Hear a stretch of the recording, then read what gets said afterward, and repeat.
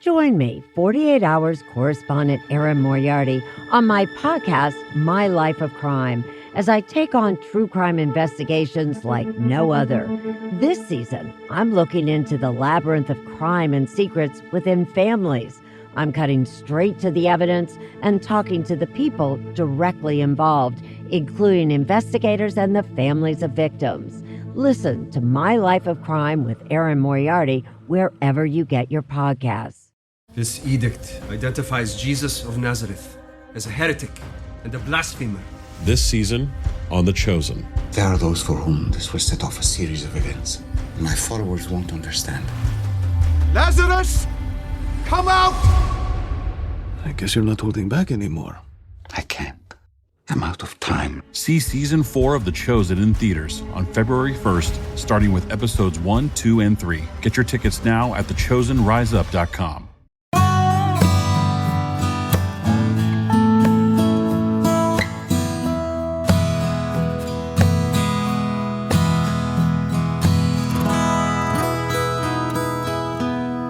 This is Central Texas Living with Ann Harder.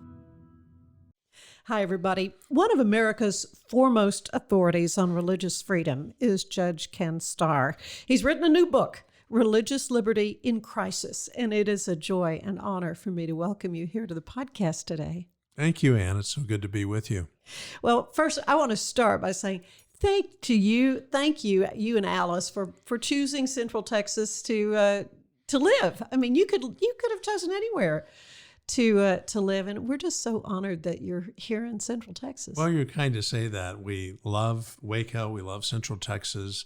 It was a joy to move back to my native Texas 10 years ago when Baylor invited me to come on board, and Alice took to it like a duck to water. She really fell madly in love with Waco, as well as Baylor and the beautiful life there on campus. So we view it as a blessing to be here. So thank you for saying that. Well, it is a joy, again, to get to talk to you.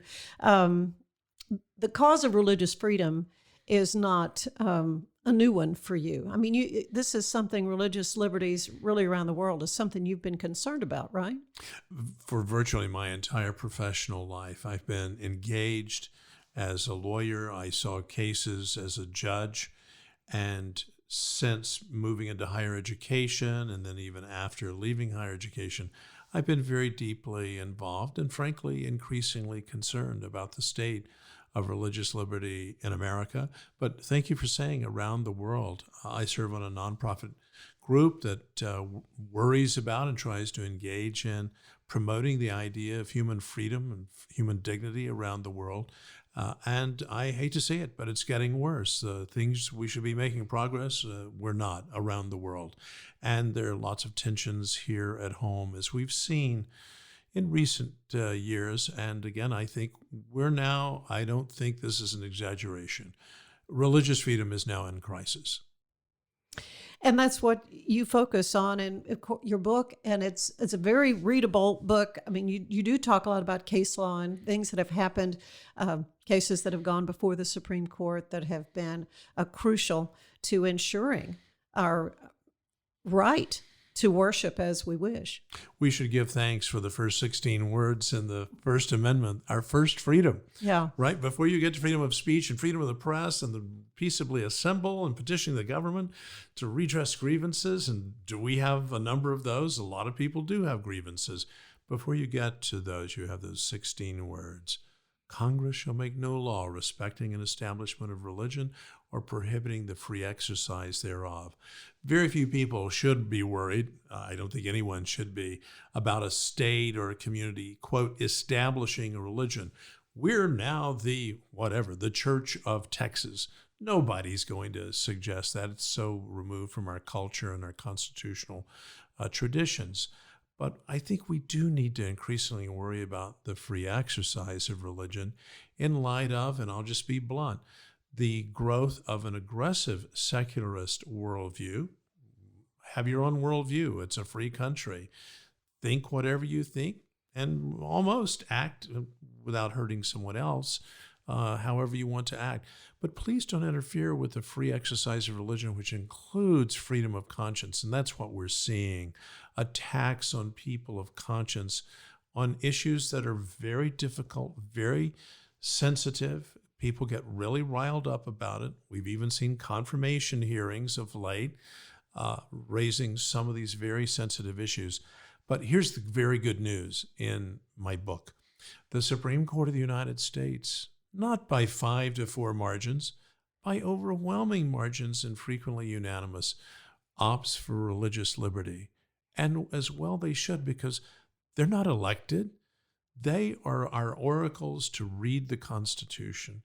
And in reading the Constitution, almost always the Supreme Court of the United States, including now, rules on the side of religious liberty, of religious institutions and religious individuals. Well, you talk about in your book something that's very concerning to me, and that is this cancel culture. I mean, that's a term I'd never even heard about till not too many months ago, honestly. But man, are we seeing it happen? And it's frightening. It's not enough just, I've got my opinion, you have your opinion. You need to be destroyed. You don't even get to live. I mean, it's scary. You don't get to have a job. It's that kind of, I don't know, radical thought that's frightening. We should be deeply concerned, and I don't mind using hyperbole to say that the cancel culture is a clear and present danger to America's culture of freedom. And so much of the culture is going along with cancel culture. And I don't need to start enumerating, but I describe in the book a couple of incidents that everybody can look back on and say, really? No, let's talk about it. I mean, we've got the time because it's horrifying. But go ahead and let's talk about some of the ones that you cite. Well, one which is just still startling to me is that one of the nicest people in the world, named Charles Murray, PhD, Harvard, serious sociologist, but he has controversial views, is not just shouted down at Middlebury College, a liberal arts college, but he's physically assaulted by students who didn't want to hear what he had to say. And he said if the police hadn't intervened, he said he would have gotten hurt. So I use that just as an illustration. People can have other illustrations that come to mind. And this is so inimical to the ideals of our constitutional order. It was Oliver Wendell Holmes Jr. who talked about the marketplace of ideas. And it was Justice Brennan, who was a liberal icon on the Warren Court, spoke so eloquently about the willingness in the United States to have what he called robust, open-ended, and uninhibited debate. And he went on to say, and it frequently makes us uncomfortable. The fact that it makes you uncomfortable doesn't mean you get to cancel or to say, I need a safe space and so forth. And I think that the current assaults on religious freedom and freedom of conscience are part of that broader mosaic, that broader cultural movement away from freedom and in turn a sense of, if I think that what you have to say in any way is inconsistent with my vision of human dignity and the good society, I get to cancel you out. No, you don't, but it's happening, and that's, I think, a great misfortune. But here's the good news. The Supreme Court, again, tends to favor freedom of speech and freedom of press. And so aren't we thankful, we should be, that you might disagree with this decision and that decision. Of course, we're all going to have our disagreements with the Supreme Court. But overwhelmingly, the Supreme Court in these areas of freedom of speech, freedom of press, and my immediate concern of freedom of faith, exercising faith, comes down on the side of freedom. What are some of the assaults you're seeing on the free exercise of faith, though?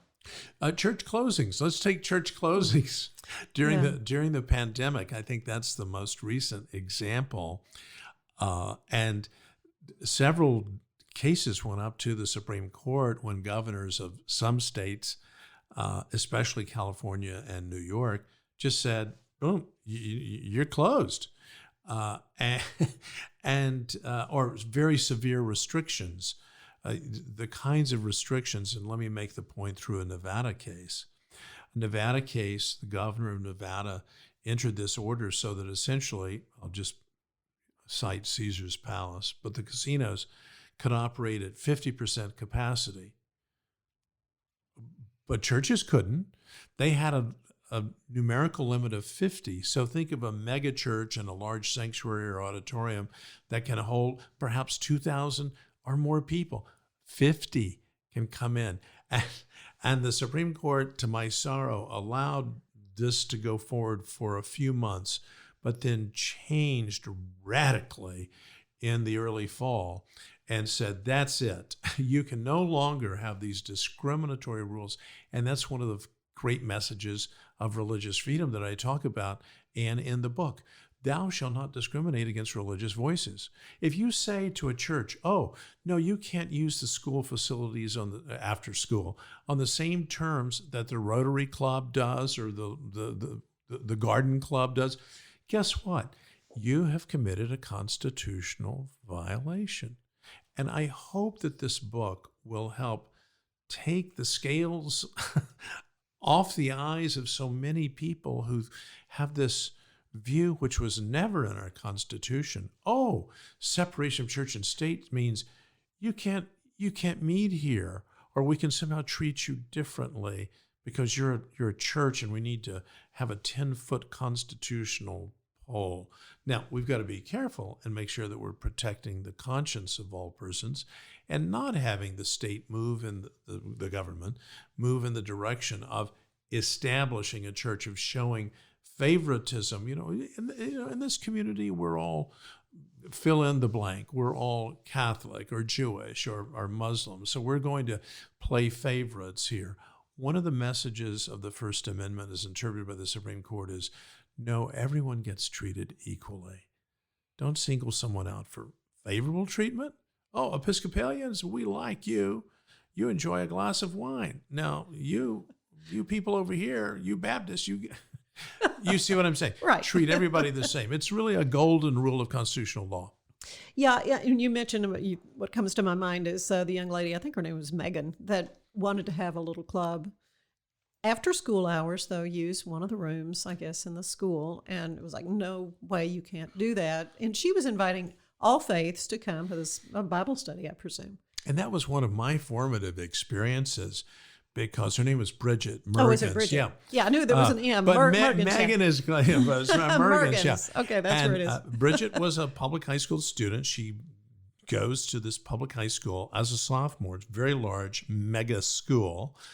And she says, oh, I want to start a Bible study club open to everyone. The people said, no, you can't do that. And she said, but excuse me, you have 30 some odd extracurricular groups. You've got the French club and the chess club. And you've got the Dungeons and Dragons Club or Dragons and Dungeons.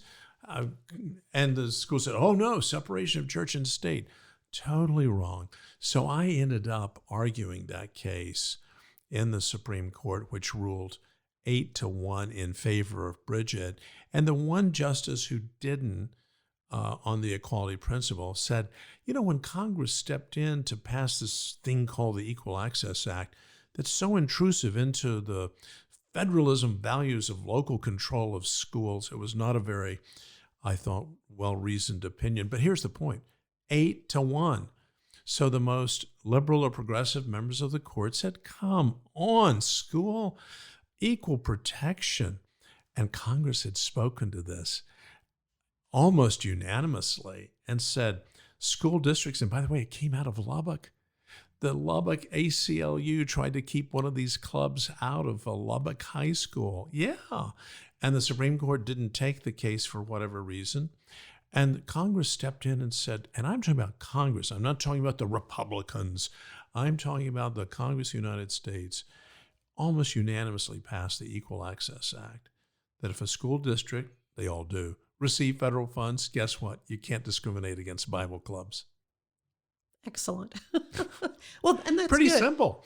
Yeah, and it's for those of us who like logic and and justice, it seems only fair and right.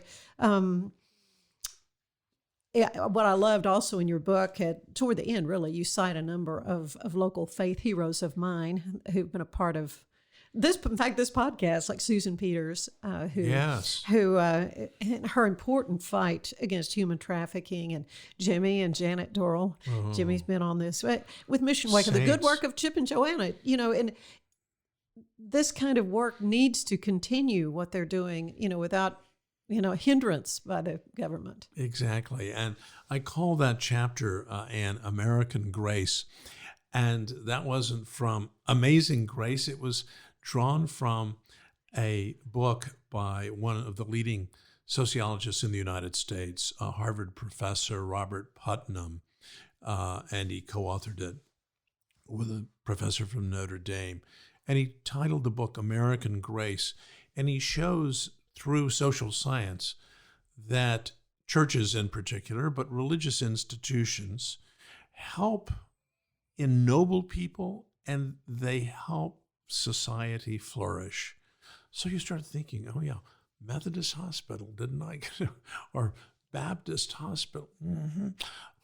Isn't there a Methodist children's home here? Yes, there is. And so the question that he addresses is, are we better as an American people, a more loving and caring community by virtue of churches and people, religious folk, carrying out their vision of what the life of faith means? In the scripture, in the New Testament, faith without works is dead. And that's what you see in a Jimmy Dorrell and the other wonderful ministries of the churches here in this community, each having some role to play, making our community a better place. And that happens all over across America and all over the world, if the churches and people of faith are allowed to carry out their ministry. And that's a big if. Yes, because there are forces that want to shut down the church, that want to shut up, people of faith, and keep them out of the public arena. In fact, I don't know, are you familiar with it's a satirical website called Babylon Bee? No, and anyway, no, it's all satire. It's pretty funny. Yeah. But the headline was, American Christian bummed that following Christ may soon actually cost him something. with the quote, I wish Jesus would have warned us about this in the Bible. So have we kind of grown complacent, and in fact, the church may come under true assault? Right. It may, but our Constitution protects us as long as we have honest and honorable judges, whoever appointed them, who are faithful and true to the Constitution. But just think, are we better society by virtue of Martin Luther King Jr.'s leadership of the Civil Rights Movement? Are we as a world better by virtue of having Mother Teresa as an icon? Oh, the abolitionist movement. Who was dominating the abolition? Oh, they were all preachers, pastors, ministers of the gospel. And Nelson Mandela, look at what he says when he emerges from that horrible prison experience and he sees what's unfolding and he talks about the missionaries. He's not known as a paragon of faith, a Christian icon, but Nelson Mandela saying so much good, the most good that has been done in my country, been done as a result of the missionaries. And I would say go to some of these countries and you'll see that's really true. Social science supports that. An article in the American Political Science Association, peer-reviewed, said that societies that allow missionaries in go up in terms of income, health, and education. Guess what missionaries do? Albert Schweitzer gives up his philosophy role and his leading musician status in Europe, the world's living expert on Johann Sebastian Bach and a renowned organist himself. He feels as a Christian he's called to go to medical school and become a medical missionary to Africa. It wasn't just, I believe in humanity and human dignity. It was, I've got to go serve. Serve, yes. I've got to go serve. Now, obviously, someone can have a secular viewpoint and have that, but come on, look at who is out there hustling and making the world a little bit better. It's Jimmy and Janet Durrell, right? It's Martin Luther King Jr. It's Mother Teresa. It's Susan Peters and so laying forth. down their lives really So to help. Yeah. you can say, I disagree with their faith vision. How can they believe all this? Fine, that's your view. Welcome to a free country. Please allow them to act. Don't try to oppress them. Don't try to repress their voice. Allow freedom to flourish. Well, do you think there could be, though, a move to start, I don't know, removing tax statuses, those kind of things Sure. that can It's really coming. be harmful? Do you think so? Oh, yeah. I think the move to remove tax exemptions unless, so fill in the blank of your favorite social policy, right? And I don't even want to imagine what those might be. But yes, indeed, I see that coming soon, because tax exemption for churches and ministries and so forth is really part of the equality principle, right? That, well, the museum is tax exempt, right? So is this park, which that's tax exempt. What about churches and so forth? So just treat everybody alike. It's the equality principle, which is one of what I call in the book, and one of the great principles. There are 6 great principles that every American will agree to, every American of goodwill will agree to. And said, yeah, I learned that in kindergarten. Well, but here's the application of that large and important principle in the context of religious freedom. One of the other cases you talk about that I thought was interesting had to do with a monument, I think to World War I. Yes. Lives lost, and it was in the shape of a large cross. Yes. Let's talk about that. Yes, in Bladensburg, Maryland, which is essentially a suburb of Washington, D.C., in the wake of World War I, the good people of Bladensburg, a century ago plus, said we need to remember, they were the young men who perished in that war. And so the community got together, and by that stage, our culture had evolved and developed to the point that military graves, instead of just having a stone tomb, had religious symbols. That had not been traditional in cemeteries, in military cemeteries. And so it started in Europe and then kind of spread across the Atlantic, that you have crosses, Jewish stars, the Stars of David, and so forth. And so a large Latin cross was developed.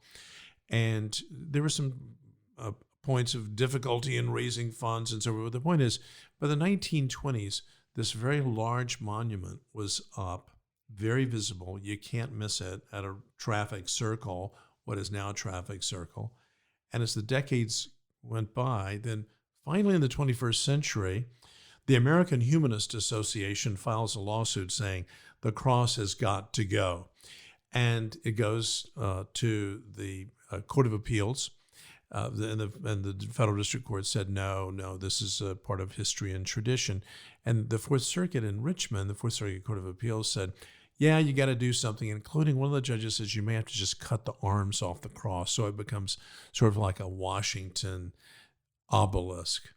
It goes to the Supreme Court of the United States, and guess what? 7-2. So Justices Breyer and Kagan joined the majority in saying, no, our history and tradition vindicates that. And so one of the points of the book is, in fact, it's an early chapter, history and tradition gives us a way of interpreting the Constitution. And it's not just in the religion clause areas, it's in so many areas that our history and traditions get to be respected. And that's one of the great principles. Our history serves us well. Well, we're seeing, though, just an acceleration of monuments being torn down. What are your thoughts there? Well, I would prefer that monuments not be torn down. But I kind of gathered that. But if they're torn down,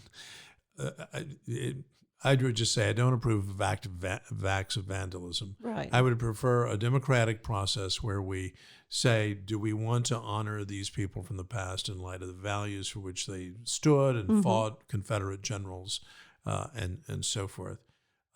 But my view is we look at the past, we recognize the faults and the failures, some of which were profound, but we also don't say, we're just going to cancel these individuals. So the University of Virginia, we're going to just ignore the fact that Mr. Jefferson, who owned slaves, founded this university. So it's no longer Mr. Jefferson's University, or Washington, D.C. now needs to be renamed, right? So, and obviously, the vast majority of the American people will not countenance turning our backs on recognizing their faults and profound failures for supporting a culture, an economic system of slavery, and say, we're just going to cancel out General Washington. Well, those discussions are happening at Baylor University with Judge Baylor Yeah, statue. And I think I don't want to comment having served at Baylor, but I'll just say this. I honored the legacy of Judge Baylor and the other founders. By the way, one of the founders was from Brown University in Rhode Island. So one of the three Baptist pastors who was so instrumental in the founding of Baylor was definitely abolitionist, anti-slavery, and so forth. So we look back in sorrow that there was such a horrible practice as slavery. At the same time, we recognize General Washington, you did a lot for this country. In fact, you were the critical founding father. And so to Judge Baylor, we can condemn, and rightly so, morally, the fact that he would have engaged in the practice of slavery, but we can still honor the fact that he wanted education. And here was one of the things on the other side of the ledger. Baylor University was coeducational from day one. And that was an age when women didn't go to colleges, even in New England, right? Progressive New England. No, and women didn't have the right to vote. So some of those Baptist pastors were really friends of freedom, and they should be honored. Yes, absolutely.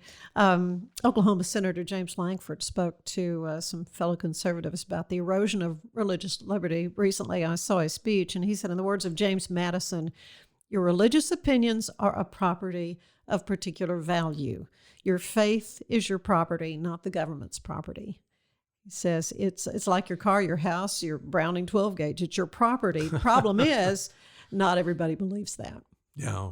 So I think we need a restoration of these first principles on which we all should be able to agree. Let's learn to live with our deep differences and respect those differences, but not try to cancel out voices, but also recognize American grace. So much good has come from the religious community, the faith community. So let's say, yeah, we want more Mount Sinai's.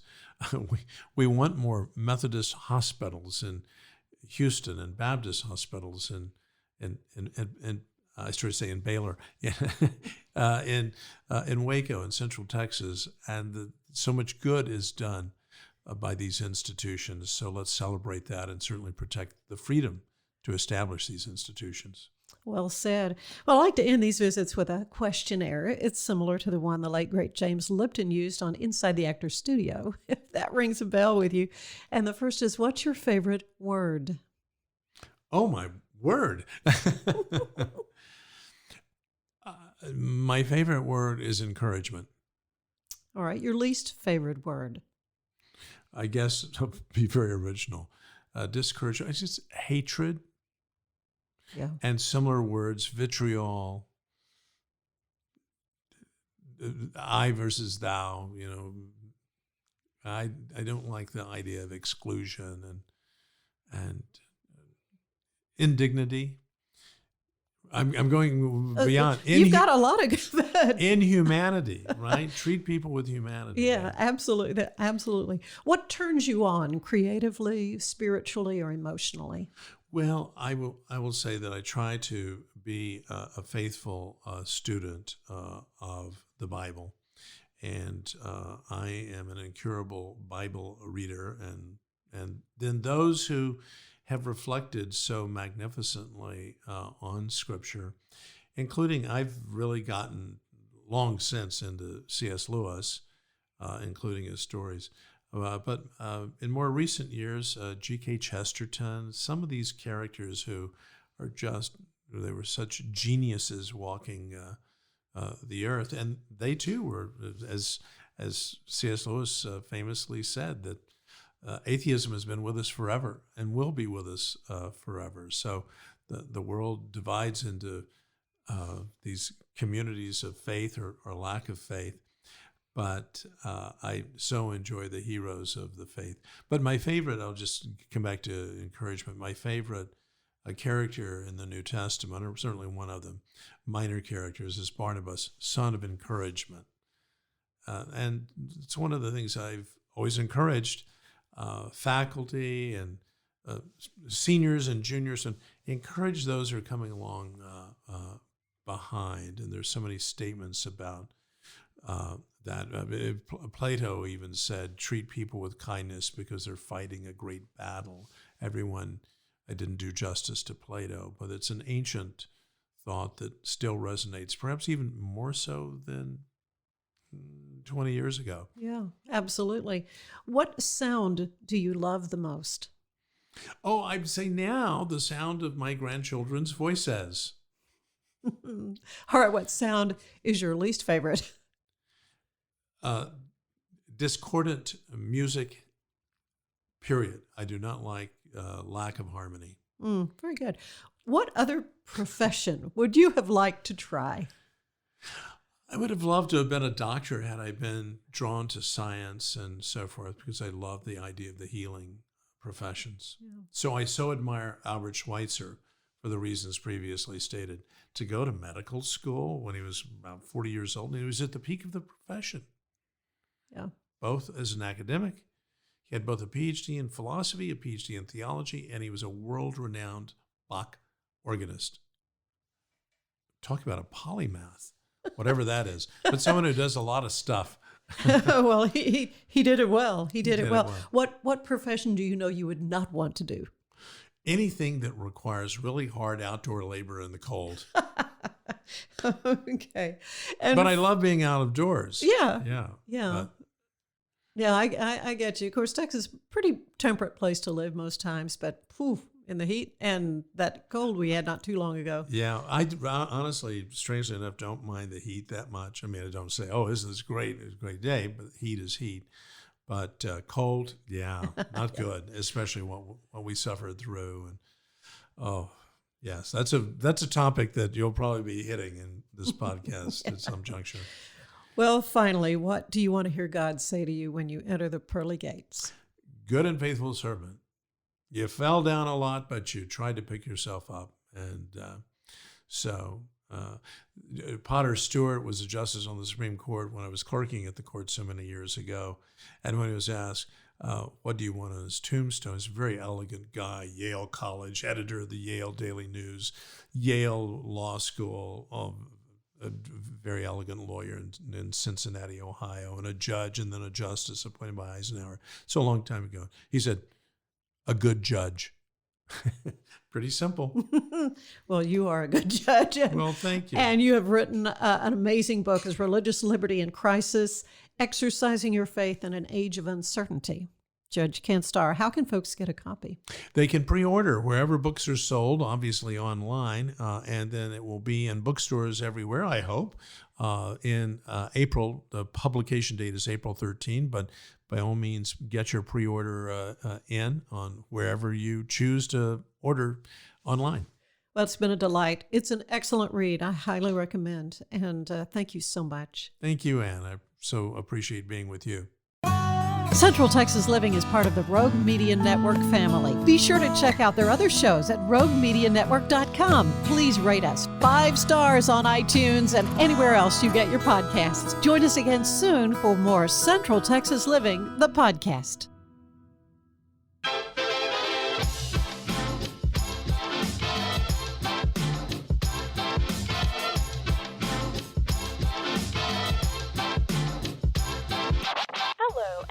for tuning into KNOW Waco. I am your host, Debbie, here to help you get in the know about Waco. So you may be asking yourself, why am I here? I'm here to be your tour guide through Waco. I'm here to tell you all the goings-on in and around Waco.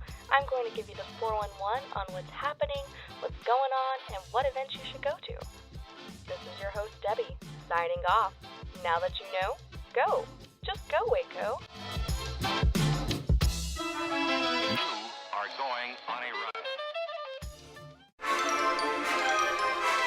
run. Are you building a new business while managing a family? Are you tired of trying to balance home and work and everything seems to be coming up short? Then there's a podcast made just for you. Baking Your Business from Scratch is where we create the perfect recipe for building a successful business while managing your home and family with love. Come join us and see for yourself.